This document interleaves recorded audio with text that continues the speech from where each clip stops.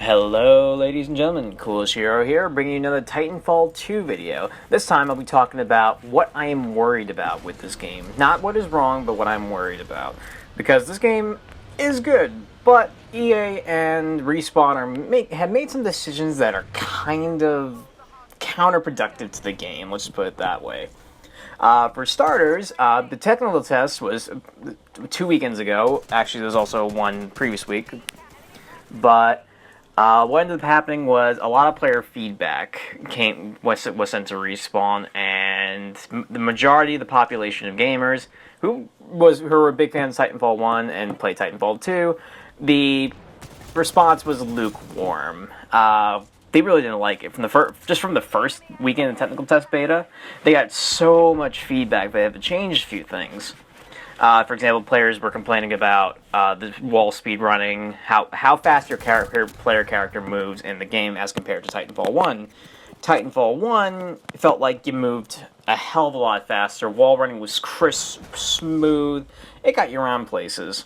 And this one, not so much. Not to mention most of the maps we played, the 3 maps that are included in that were shown in the second weekend of the test beta, was very... didn't really allow you to wall run or be able to get around. Like Angel City, for example, the one Titanfall 1 map, you're able to run from one wall all the way around the map. Well, not one wall specifically, but you're able to combine multiple jumps and just able to get around much easier while being on the rooftops, out of the Titan's way off the ground, blah, blah, blah. But thankfully, it looks like they kind of changed that, and they're also promising that the other maps that are included within the game are going to be a little more catered to that kind of play style. They said there's a wide array, so they could be right. Maybe they just didn't release a couple of good maps. The one map that I did see kind of promising in the technical tests was the Boomtown map, and I actually really liked that one. I mean, yeah, there was kind of a dead zone for the pilots where the bridge was in that little ravine, or like waterway, wherever the heck it was. But other than that, it was pretty... to my opinion, I liked the map. It was consistent, it was concise, and it also really but it created a constant battle point, or front line, so to make a phrase. Front line where players can meet and Titans do get out and everything else. And that's the other thing they really try to focus on more. They try to focus on more of the actual fighting in the game. In original Titanfall 1, you're kind of able to run around the end of the map and not really hit any objectives, see anybody. Now, after that, the other main problem was, I mean, I didn't have a problem with this, was how fast do you get your Titan? You're supposed to be guaranteed a Titan every match. That was the goal of Respawn. That's what they said. That's what they wanted to be. But the issue is, some players who were not getting a lot of kills and that kind of stuff, which helps you fill your Titan meter, weren't actually getting their Titans enough. I mean, all people who were dominating the match, like you saw maybe in one of my previous videos, I got like 2 Titans or to 3 Titans. That was in Hardpoint, mind you. And the first weekend of technical test, Hardpoint, you're lucky if you got a Titan match. The second weekend, they buffed it, and it actually did work. And I was getting like 1 to 2, depending on how good the match I was doing. But people are actually not receiving Titans because in the original Titanfall 1, and actually in the Bounty Hunter game mode on the technical test, which I didn't play, they did have the AI running around, which was a staple in the first game. The first game, you had the Spectres and just the regular militia running around that you could kill to reduce your cooldown time on your Titan. In the second one, so far, I have not seen any of that in the Hardpoint beta, at least.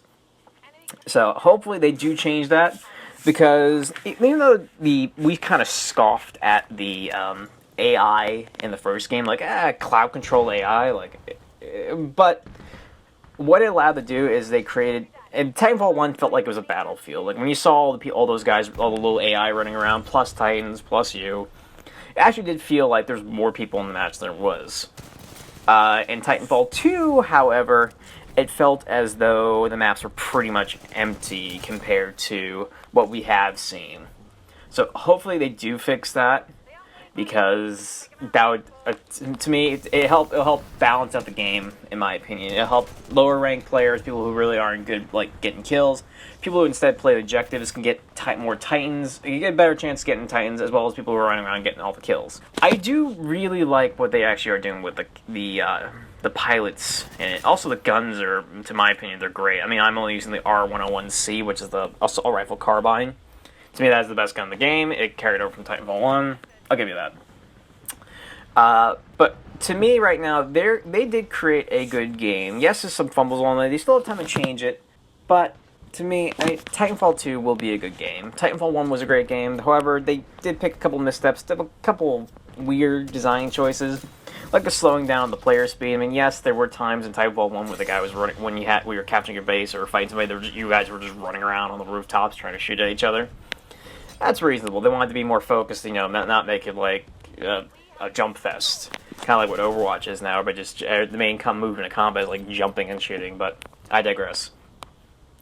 The guns and everything, I feel, and even the Titans, even though we got saw two, I felt they were pretty diversified in my opinion.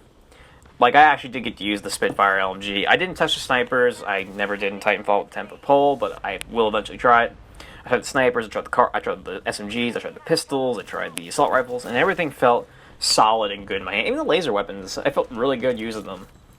But back to the cons. As always, I like to try to balance it out. There are good things about this game. The one thing I am extremely confused about and worried is the launch window for this game. It is October 28th. And if anybody who follows any video game news or anything that's been going on in the world right now, or just for video game wise, I mean, knows how many games are coming out that time of the year. We got the new Destiny expansion, Gears of War 4, Titanfall 2, Battlefield 1, new Call of Duty, both Call of Duty Infinite Warfare and the Modern Warfare Remastered. It is ridiculous how many games are coming out. And it seems to me that Respawn and EA, maybe it's just on EA's part in this aspect, they're feeding this game to the wolves. Like, for example, it comes out October 28th. Within a week before that, Battlefield 1 comes out. Do you really think the player base is going to switch from Battlefield 1 to Titanfall? No, they're not. Titanfall did not have the... Titanfall launched... What made Titanfall 1 so good and actually sold pretty well was that it came out in the dead zone at the beginning of the year in spring, when nothing was out. I can't even remember what was out at that time. There was nothing. So when that game came out, it was a breath of fresh air. It was like, oh, it's something I can play for a few months. But now it's confusing me. Why would they try to really... I personally say, you know what? With all the problems, all the feedback we received, I would hold back and maybe release it maybe beginning of next year. So far, nothing big that I know is coming out at the beginning of next year. Just release it after the holiday bum rush that it is. And then after that, release it, see what happens, and probably your game will sell better.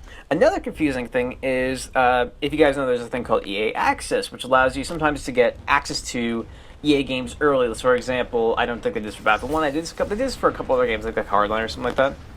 You were able to play it a day before launch, or you're able to try the game out before you buy it. In this case, I actually just read the news today on it, and I think it was an IGN article, that they are not doing an EA Access or an EA Members Club, where the heck the membership program is, for Titanfall 2. So that's also raising a little... It's raising my... It's confusing the crap out of me on that one. It's, why the heck do you want to do that? You want your game to sell, so why nerf it as much as possible? Why give it the least fighting chance? But that's just my opinion. I hope you guys like it. Please like and subscribe. Hope you guys have a great day.